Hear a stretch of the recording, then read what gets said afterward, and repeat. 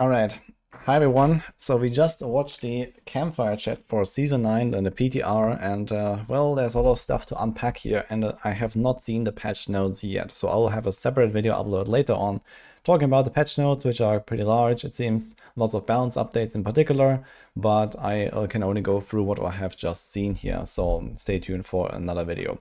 But we do have news about the season theme, the dungeon escalation system, the Horriic Powers that you can see here. I have a bunch of screenshots that I can show you to kind of give you an understanding of how everything works, and a lot of balance updates that I've already mentioned here in the class section. So I'm gonna go through it all right now. So let's start with the Nightmare Dungeon update here. So the way this sounds is that this dungeon escalation system is actually not just a seasonal feature. At least they mentioned that this might be something for the future as well, even though on the roadmap it looked like it.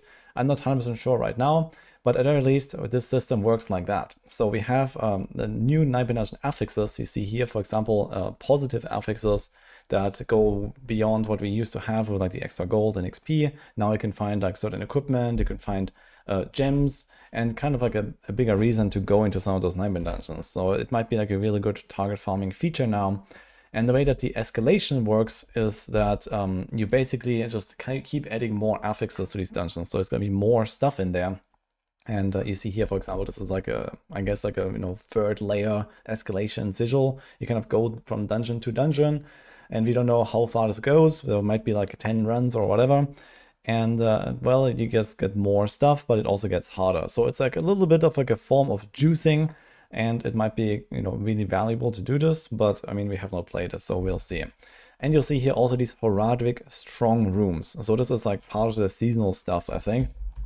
Which looks like this here. It's like a mini dungeon you can find somewhere in your Nightmare Dungeons, and then you have like different these tests that you can like start. I guess you choose one of them or something, and they have like different like outcomes and different rewards and so on.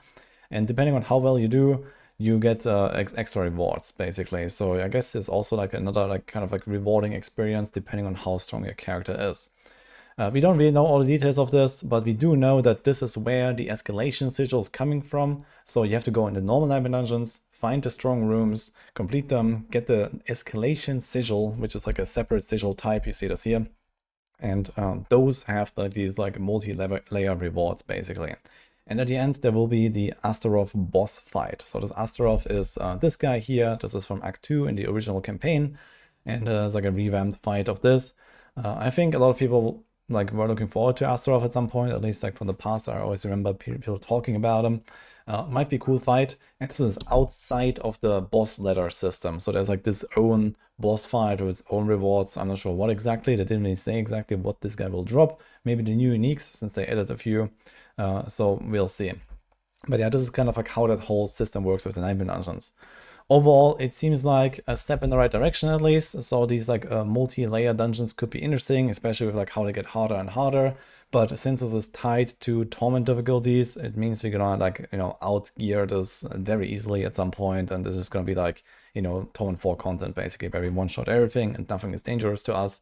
So that's kind of like the end game for most even kind of bad builds these days.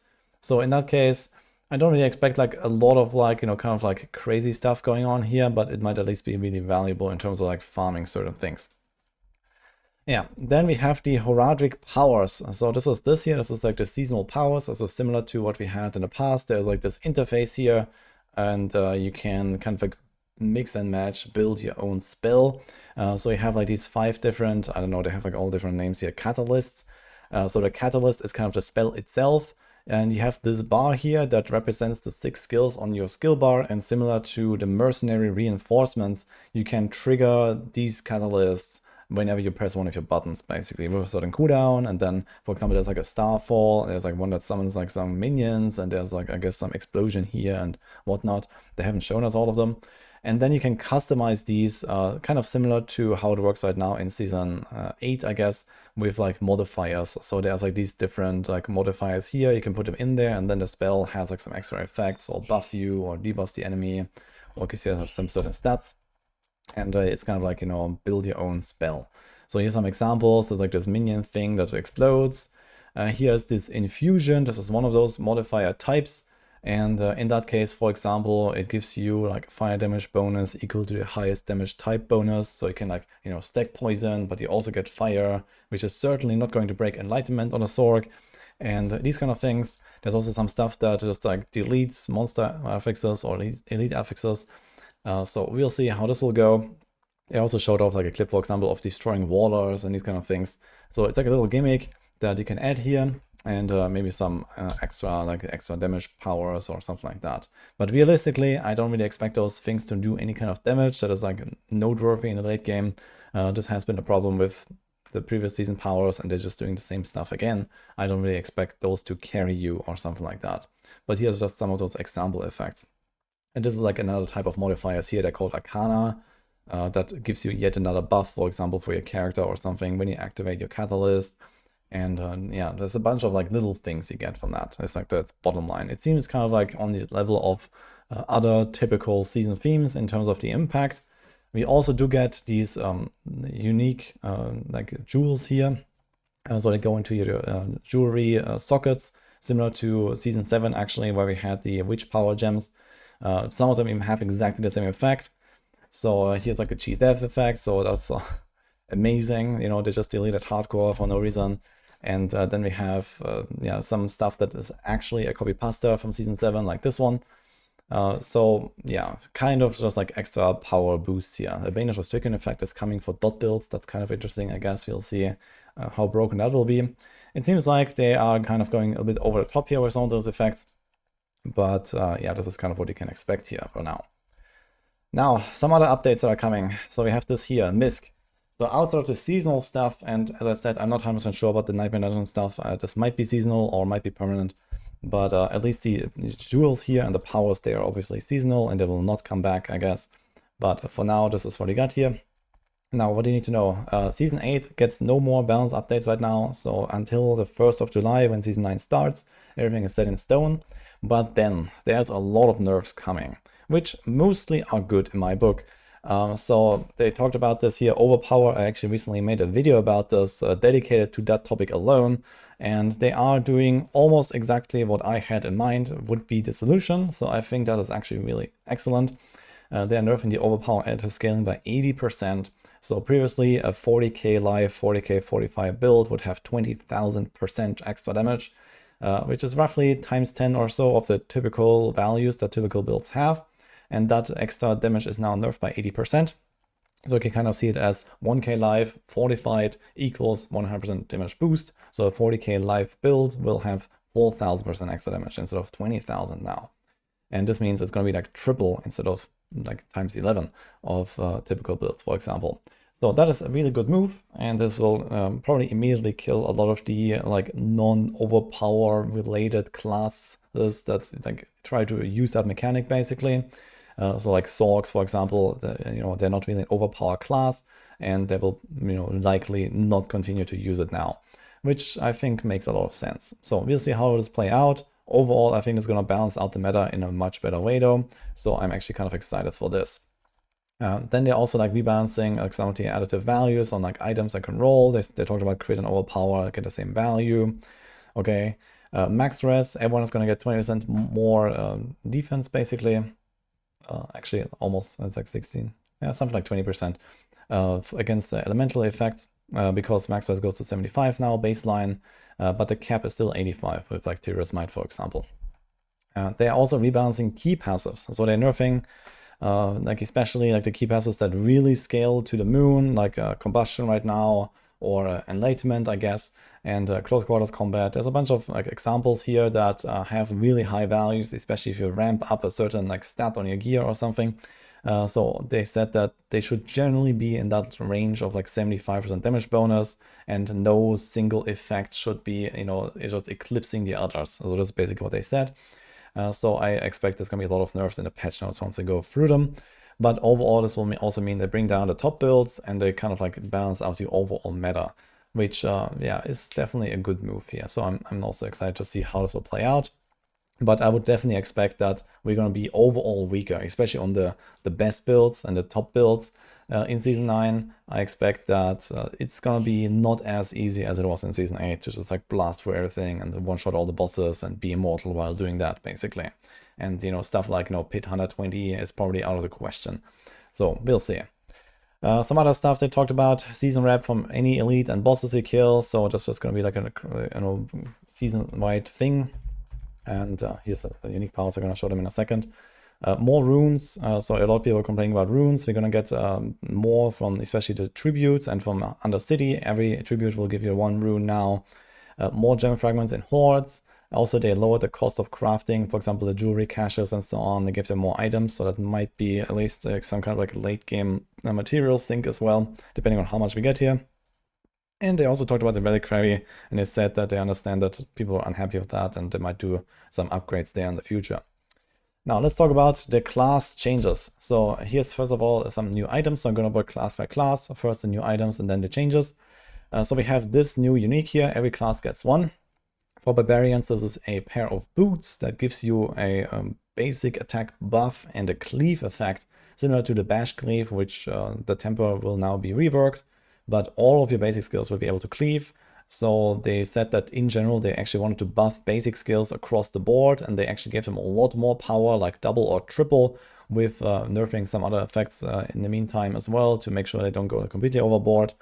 Now, personally, I don't have that much hope for basic builds, but depending on the numbers, we might see some stuff like Bash Barb again, or maybe some other stuff.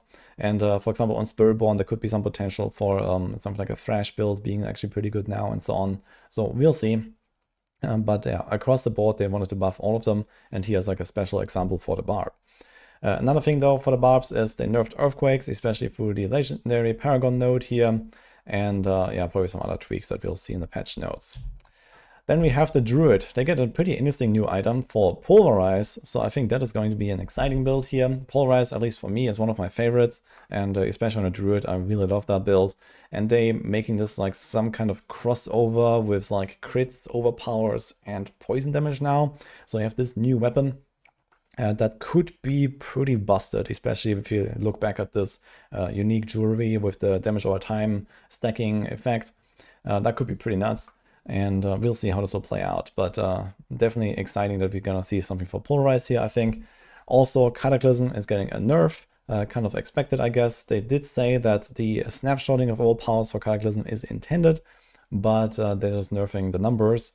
Grizzly Rage is getting an update. They also talked about, for example, updating existing legendary aspects that they have not previewed here, but this was one of the examples they've shown where they took like a handful of powers per class and updated them instead of making new legendary aspects. So we're gonna see a bunch of stuff there that could be pretty exciting, but it looks like this is not in the patch notes yet, so we'll see next week, I guess. Then, yeah, here's an example of this Polarize thing. So there's like this poison puddle and you like blast into it and it sprays like these poison pools everywhere. So it could be kind of cool here. Then we have the Necromancer. They get this, the Hand of Nas, skeletal mage glove. So red runs are back, basically. Well, basically the idea is you sacrifice your other minions and you only use the mages and you kind of tank for your mages and buff those. And well, that's the build basically. So you just try to keep them alive as much as you can. Sounds like an interesting concept of like a new way to play minions, and we'll see what else will happen here. But yeah, kind of cool item, I think, even though I don't really enjoy minions that much. There's also some nerfs on Necro here. So Soul Rift is getting nerfed. I guess that was long overdue. No more barrier, but you can still get it in other ways. The nerfing unique pants, this is also something that like affects the Necros a lot, but this is across the board nerf to all unique pants that give damage, they said. This also affects, for example, the rogues with the Eyes in the Dark, and well, the blood builds in particular, because they have really big pants.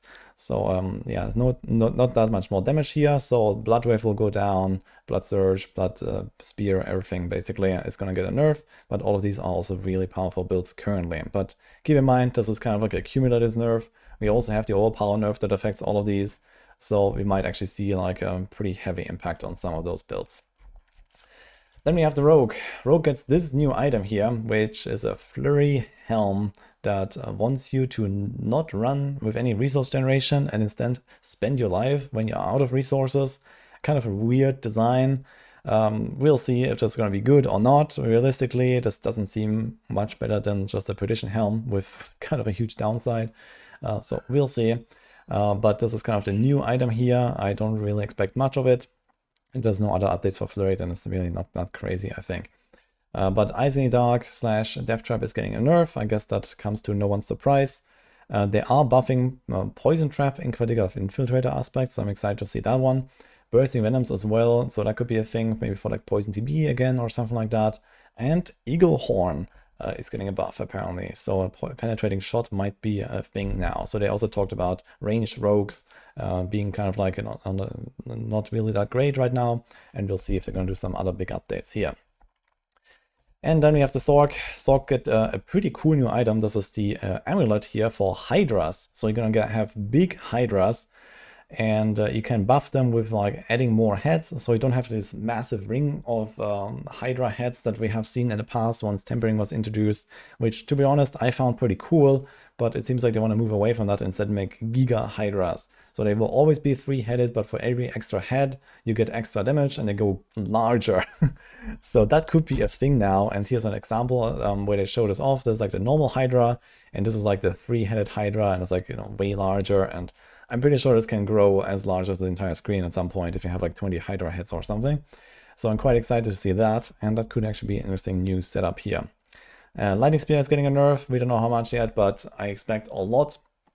Plus they are fixing a bunch of the bugs like Enlightenment and so on. They talked about that. So this is probably going to get addressed. Combustion is getting a nerf. Burning skills are getting buffed though, but overall this will probably be a net loss here. And we'll see where Sorks will land exactly. And lastly, the Spiritborn. They're actually getting some interesting updates here for once. So Deflection Aspect and Razor Wings is getting a buff. There could be like a cool new build option, like a ranged build option here. So I was actually hoping for something like this. That's cool. And they're also getting this new pair of unique pants that combines thorns and poison. And that could be actually something. So I'm actually excited to try this. I have some ideas for this. And we might actually see some actual new builds here on the Spiritborn for now. So we'll see. And they also talked about nerfing the Hunter in all the wrong ways, which doesn't matter at all. So we're just going to play Hunter everywhere again anyway. Which, I mean, is a fun skill, but yeah, if they want to make other ultimates viable, I guess we'll need a lot more than that. But yeah, in any case, yeah, I think it's going to be interesting to see how the meta will play out. For now, this is the class updates, and as I mentioned, we're going to go through the patch notes as well, and there's going to be a lot of little things there to talk about. And then next Tuesday, the PTR goes live, and we'll see how the nerfs are really going to impact everything. There were a few more things here in the Q&A. So they are not updating Tempering or Masterworking as we had hoped. So I was actually expecting for Season 9 that we're going to get a big update here. They just said they're going to lower the cost a little bit in the patch during Season 8. And they are like considering their further options down the line with those systems. But for now, nothing here that is really a big change. So the resetting, like, I talked about this a lot in my feedback as well, that I expected would be changed in Season 9 is not happening. And well, also some stuff that was not mentioned here. So Shadow Clone, Pits, Endgame in general, dupes, gold, performance issues, champion monsters. Just like a random list of stuff that came to mind. Nothing that they talked about here, at least with those topics. Yeah, and that also sums it up pretty much. So this was the Campfire chat. I do have to say, as my like bottom line, I dislike that we're gonna get a recycled season theme yet again. It's just like the same stuff that we had before. In some cases, literally the same effects here as Season 7, for example. So obviously this is a little bit like repetitive and boring compared to what it could have been. It's always just like the same like system. But okay, it might be fun to play around with these powers. There might be some cool combos we're gonna discover. So we'll see. I do like the Nightmare Dungeon updates though. I think this could be very fun.